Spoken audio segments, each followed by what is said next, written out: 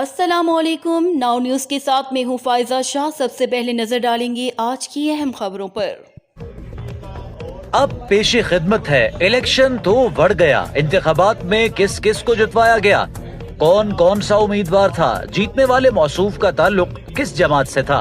Commissioner Rawalpindi ने heavy धमाका कर दिया। 70-80 हजार की लीड से जीत रहे थे, हमने उनको हरवाया है और उनके ऊपर जाली मोहरें लगा के सबको हरवाया। कमिश्नर साहब, जब जाली मोहरें लग रही थी उस वक्त आपने किसी से कहा कि सब कुछ हो रहा है, गलत हो रहा है, इसको रोका जाए। देखे, मैं ये सारी इस गलतकारी की जिम्मेदारी अपने ऊपर ले रहा हूँ और साथ आपको बता रहा हूँ कि जो चीफ इलेक्शन कमिश्नर है, जो चीफ जस्टिस है, वो भी इस काम में पूरे शरीक। तो जनाब, जिन 13 हलकों में पंक्चर लगाए गए उनमें सबसे ज्यादा कामयाब उम्मीदवार किसी और पार्टी के नहीं बल्कि मुस्लिम लीग नून के नामजद 11 उम्मीदवार थे।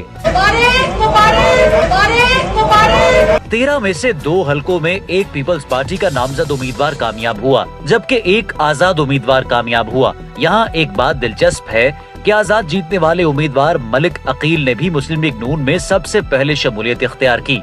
चीखे मारे, रोए, पिटे, क्लास बुलाएं, रोए, चीखे या पिटे। कमिश्नर रावलपिंडी के एतराफ के बाद नंबर गेम देखा जाए तो इस तरह 13 में से 12 नशिस्तें मुस्लिम लीग नून के हाथों में आईं, जबकि एक में पीपल्स पार्टी का उम्मीदवार कामयाब हुआ।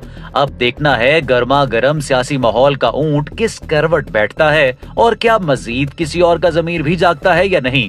इसके लिए बस थोड़ा सा इंतजार।